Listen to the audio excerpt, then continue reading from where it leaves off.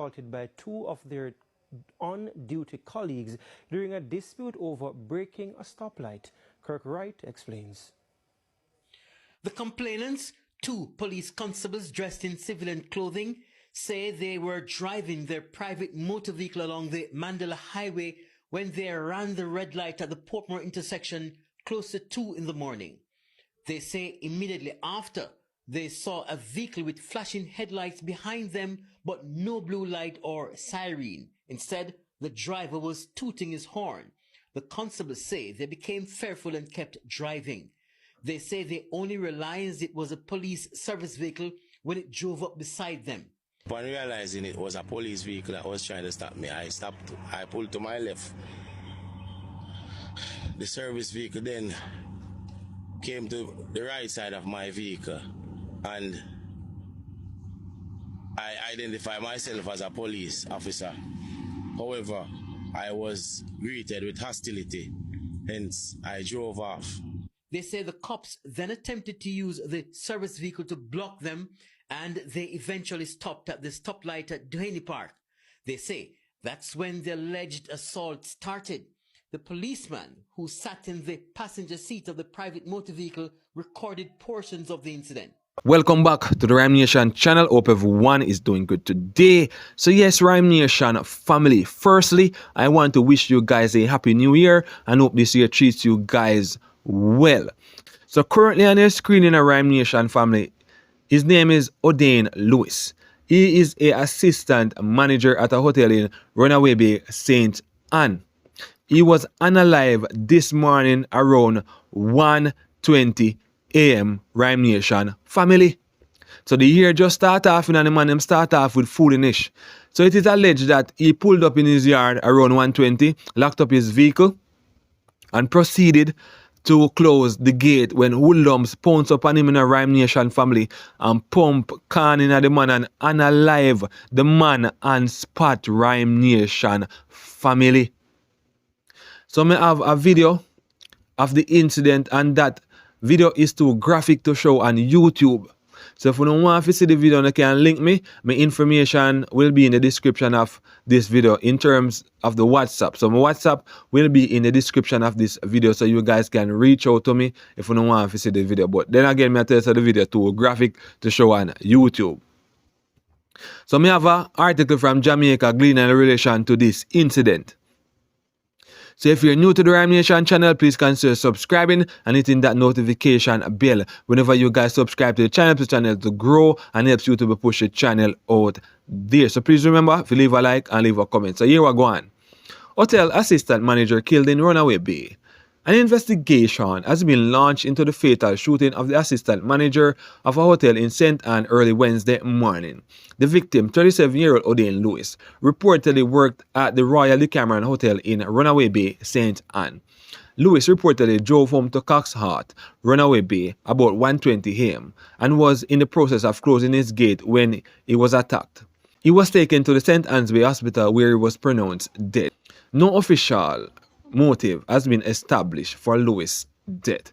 The St. Anne's Bay Criminal Investigations Branch is probing the matter.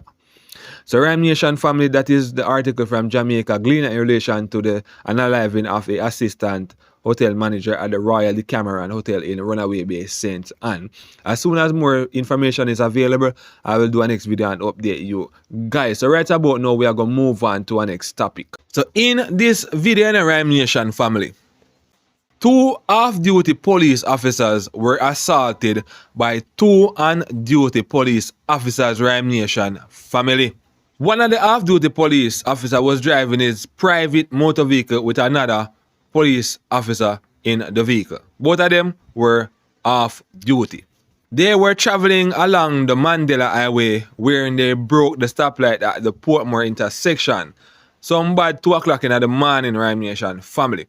And everybody and them mother and them auntie know say people now really stop a stoplight them bad hours of the morning because people fearful for them life. You know say a lot of people get robbed at stoplight them time in the morning, so them not stop. Shortly after them broke his stoplight in the Ryme Nation family, guess what go on? A vehicle with flashing headlights and a tooting horn I try to stop them. Them can't clarify if it's a police vehicle or what. Because there wasn't any sirens, just the flashing headlights and tooting horn. So shortly after, them find out you want police vehicle because the police vehicle pull up beside them. So the man them in the vehicle identify themselves as some police officer. But it come like that never help. So them feel like them a get disrespect, so them end up drive off in the Ryme Nation family. And the police vehicle end up block them off at the Duhaney Park stoplight. And so the incident got physical, where they were physically assaulted or physically abused. The off-duty police them reported to iProbe, and them in the process they reported to Indicom. So let's see how this one will play out. I actually have a video from TVJ in relation to this incident. So if you made it this far in the video and you have liked the video as yet, please do so. And if you haven't subscribed to the channel as yet, please do so. Assaulted by two of their on-duty colleagues during a dispute over breaking a stoplight. Kirk Wright explains. The complainants, two police constables dressed in civilian clothing, say they were driving their private motor vehicle along the Mandela Highway when they ran the red light at the Portmore intersection close to 2 in the morning. They say immediately after, they saw a vehicle with flashing headlights behind them, but no blue light or siren. Instead, the driver was tooting his horn. The constables say they became fearful and kept driving. They say they only realized it was a police service vehicle when it drove up beside them. Upon realizing it was a police vehicle that was trying to stop me, I stopped. I pulled to my left. The service vehicle then came to the right side of my vehicle, and I identified myself as a police officer. However, I was greeted with hostility, hence I drove off. They say the cops then attempted to use the service vehicle to block them, and they eventually stopped at the stoplight at Duhaney Park. They say that's when the alleged assault started. The policeman who sat in the passenger seat of the private motor vehicle recorded portions of the incident. Step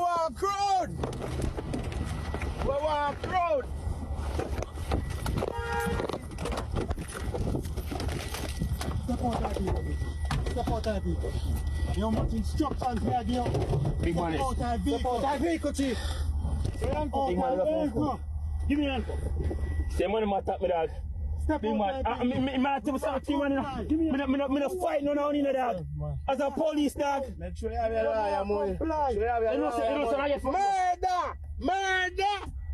One of the complainants said at the time the cops were heard demanding that he step out of the vehicle, he did, but went back inside the vehicle because he was allegedly being attacked by them. Step out of the vehicle, you know. The man start flinging and lick. Pay a box and kill my head. I thought about who you know me. I pay a box and kill my head. I thought about police don't be able to say calm down. Police man start flinging and lick for me. So hold on. How's for time I touch you know? Look at my jacket. Look at my jacket, sir. Look what time I touch Uno. Make my jacket look so. Up to now, I don't put up my hand to none of brother. I'm saying a police, my identify myself, I say a police. All of a sudden, I say ID. And then they tell me why I drive so. I don't get up, I don't run, I don't do nothing. The run come down with the gun pipe and the vehicle. I say, oh, police, we step out of the police. They might start flinging and lick for me. The two complainants say while they were being assaulted by the officers, they were armed. The complainant who was driving said when the cops approached his car, he too was assaulted. And one of them opened my door. He hit me in the chest and he handcuffed me on my right hand and instructed me to come out of the vehicle. Being fearful, I was there telling him that I am a police officer. However, he did not want to hear that. So I was there wondering now if this is actually a police officer or a hoodlum in police clothes. Now, close to 2 a.m. on the wee hours of Boxing Day, I was driving along Washington Boulevard, and on reaching the vicinity of Duhaney Park stoplight, a man in plain clothes beckoned to me that he was being abused by police officers in uniform. I slowed down to inquire what was happening, And following that, I got an instruction by the police officers in uniform that I should move and keep moving, to which I did. Before the alleged assault, the men say an argument ensued over whether they disobeyed the stoplight and the police's command to stop. At 2 o'clock in the night, I told away. We are stop. We not go stop a stoplight. We never only where people want to see a war guard. You pull up beside the police and they will pull over. We are saying, I pay you to start feeling on pound. We pull up beside the way. As you know the light, the first thing when we are stopping, I don't wish past this. You not stop. Who said that? What do you mean who says so? The driver says so. And then it speed up. Yeah, listen to me. Don't tell me nothing. We say on the toot. You win them wind up. We are toot. So you see this driver you pull over? So on the pass, you want to pull over, want to stop. Pull over which part? You could pull over which then so don't do any park. The complainants say they have since given a statement to iProbe and will be making a report to Indicom. Kirk Wright, TVJ News.